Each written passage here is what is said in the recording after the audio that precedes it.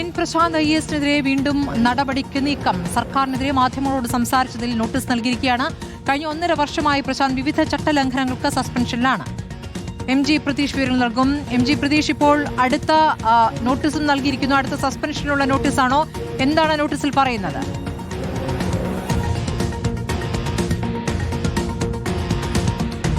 സ്മൃതി, ഇത് 8ാം തവണയാണ് എൻ പ്രശാന്ത് IASനെതിരെ സർക്കാർ നടപടി സ്വീകരിക്കുന്നത്. കഴിഞ്ഞ 1.5 വർഷമായി വിവിധ ചട്ടലംഘനങ്ങളുടെ പേര് പറഞ്ഞ എൻ പ്രശാന്ത് സസ്പെൻഷനിലാണ്. ഇതിനു പിന്നാലെയാണ് വീണ്ടും ചീഫ് സെക്രട്ടറി പ്രശാന്തിനെതിരെ നടപടിയെടുത്തിരിക്കുന്നത്. ഇന്നലെ എൻ പ്രശാന്തിന് ചീഫ് സെക്രട്ടറി നോട്ടീസ് നൽകിയിട്ടുണ്ട്. ഇതിൽ പ്രധാനമായും പറയുന്നത് സർക്കാരിനെ വിമർശിച്ച് വീണ്ടും മാധ്യമങ്ങളിലൂടെയും സാമൂഹ്യ മാധ്യമങ്ങളിലൂടെയും രംഗത്ത് വന്നു എന്നതാണ്. നേരത്തെ ഈ ജയതിലക് IASനെതിരെ ഉണ്ടായ തുറന്നുപറച്ചിലിനെതിരെയായിരുന്നു പ്രശാന്തിനെതിരെ നടപടിയെടുത്തിരുന്നത്. അന്ന് ഈ 2 പേരെ ഒരേ സമയം സസ്പെൻഡ് ചെയ്തിരുന്നു. അത് മതാടിസ്ഥാനത്തിൽ വാട്സ്ആപ്പ് ഗ്രൂപ്പ് ഉണ്ടാക്കിയെന്ന ആരോപണത്തിൽ ഗോപാലകൃഷ്ണൻ IASനെതിരെയും ഒപ്പം എൻ പ്രശാന്തിനെയുമാണ് സസ്പെൻഡ് ചെയ്തത്. പക്ഷേ പിന്നീട് ഗോപാലകൃഷ്ണൻ IASനെ തിരിച്ചെടുത്തിരുന്നു. ഈ വിവിധ കാരണങ്ങൾ പറഞ്ഞ പ്രശാന്തിന്റെ സസ്പെൻഷൻ നടപടി, അച്ചടക്ക നടപടി നീട്ടിക്കൊണ്ടു പോവുകയായിരുന്നു. അതിന് പിന്നാലെയാണ് ഇപ്പോൾ വീണ്ടും നടപടിയെടുത്തിരിക്കുന്നത്. നേരത്തെ B അശോകിനെ പിന്തുണച്ചുകൊണ്ട് കഴിഞ്ഞ കുറേ ദിവസങ്ങളായി സാമൂഹ്യ മാധ്യമത്തിൽ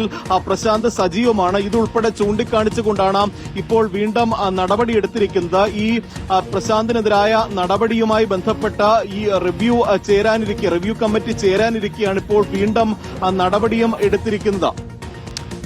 സ്മൃതി, ശരി. MG പ്രതീഷാണ് വിവരങ്ങൾ നൽകിയത്.